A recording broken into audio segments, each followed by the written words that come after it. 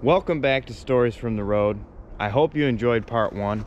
If you haven't seen part one, I recommend you go and check that out so you have a better idea of what's going on. With that being said, I'm going to jump right into this story.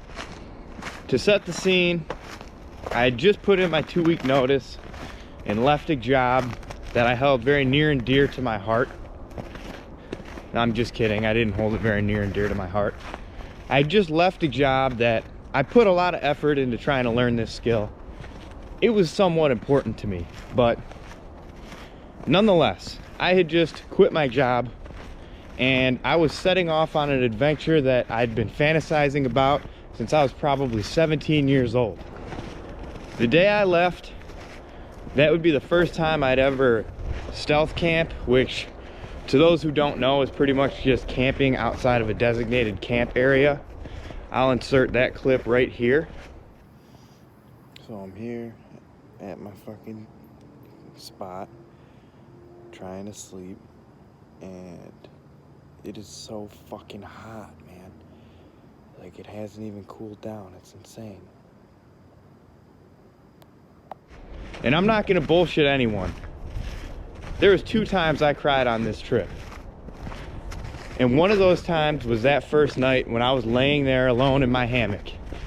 Because whether I knew it or not, whether it was somewhere deep in my subconscious mind, I knew that I was gonna be gone for a while and that this thing was gonna happen.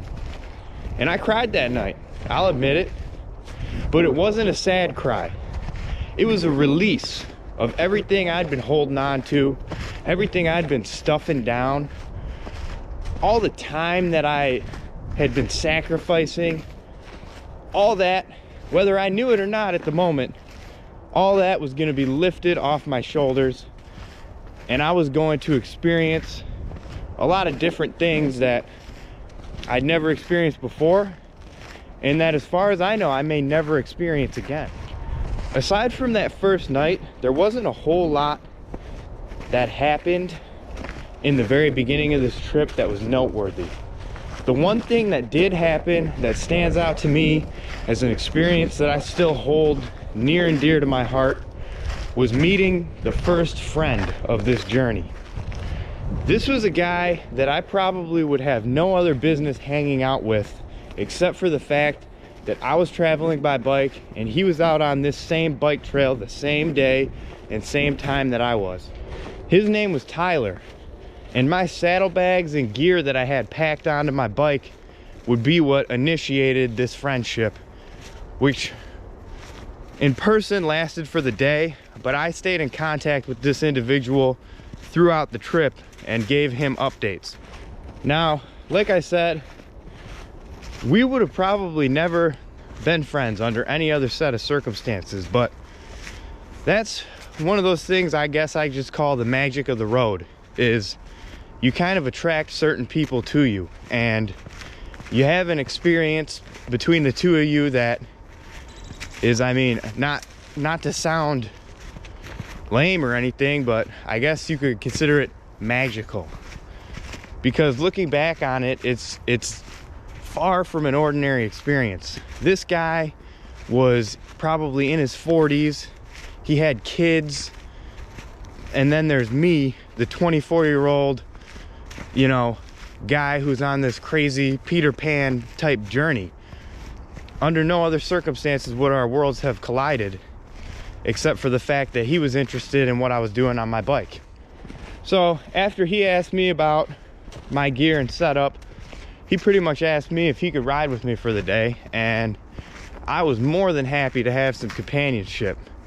We rode about 20 miles on this bike trail from nearly Kalamazoo to South Haven, Michigan, and there was probably barely any silence the entire time, you know.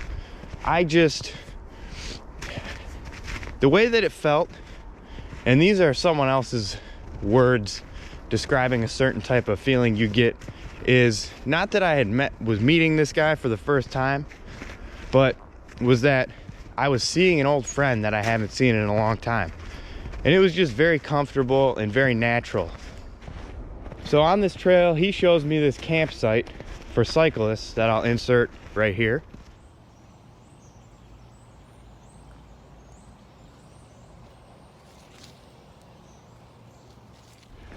And he also takes this picture of me by the lighthouse at the pier in South Haven, which is my profile picture, but I'll insert that here.